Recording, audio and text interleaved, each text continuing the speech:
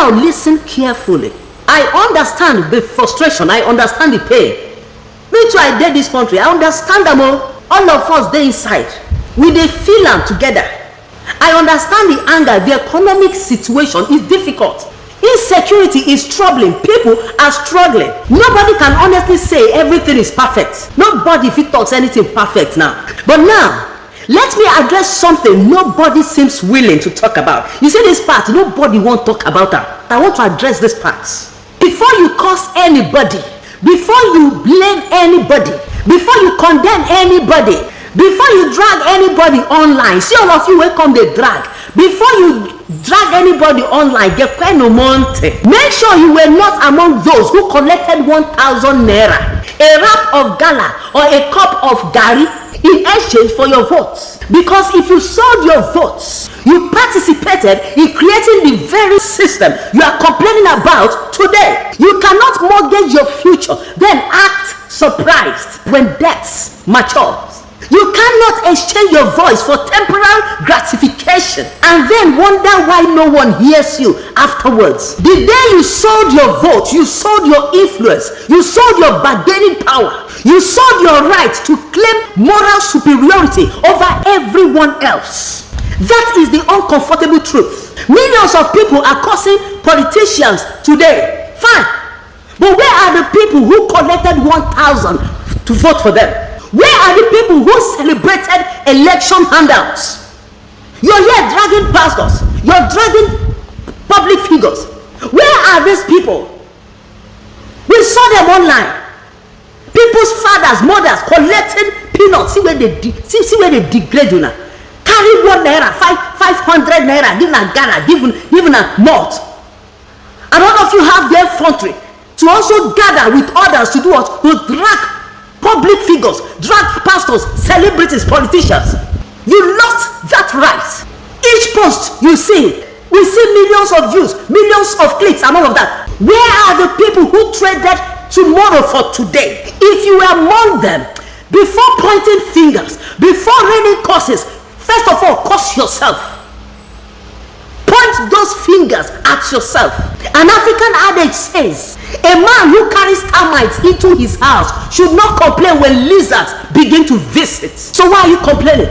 Another proverb says, when there is an enemy within, the enemy outside cannot harm you. Nigeria's problem did not appear from nowhere. Many of them were enabled by choices people willingly made. 4 years. Una collect gala. Una collect 500 naira. 4 years. I was expecting, in fact, I've been expecting to hear somebody come out and say, this 1,000, I opened business with it and I've expanded. Look at the shops I have. I built mansions with it. But no. Instead, you join other innocent people to drag people. Wear their hands clean. Who didn't eat money with you? Who didn't sell their future? That is why self-examination must come first before condemnation. That is the essence of this video.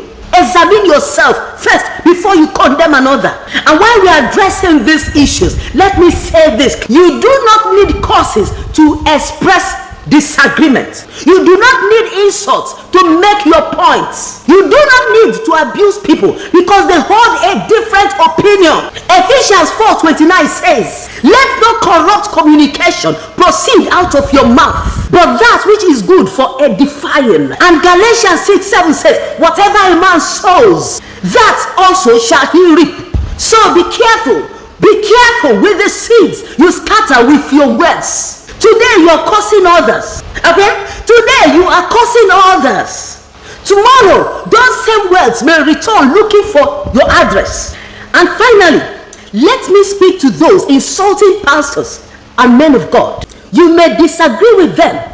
You may question them. You may criticize their actions. But never forget the difference between correction and disrespect. David had multiple opportunities to kill Saul. By that time, Saul has already fallen out of God's favor. Yet, David refused to touch him. Why? Because David feared the anointing. He understood that the God who anointed Saul was greater than Saul himself.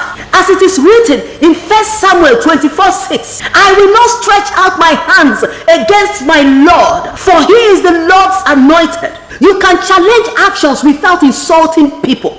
You can disagree without becoming hateful. You can speak truth without speaking curses. At the end of the day, accountability is necessary. Correction is necessary. Speaking up is necessary. But wisdom is also necessary. I repeat, before condemning others, examine yourself. Before cursing others, check your own hands.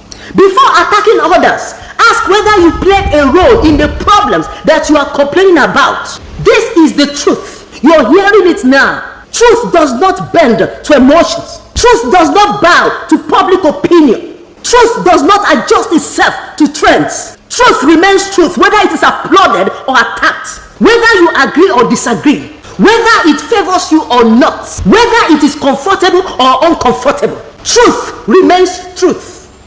Truth first, feelings later, no negotiation.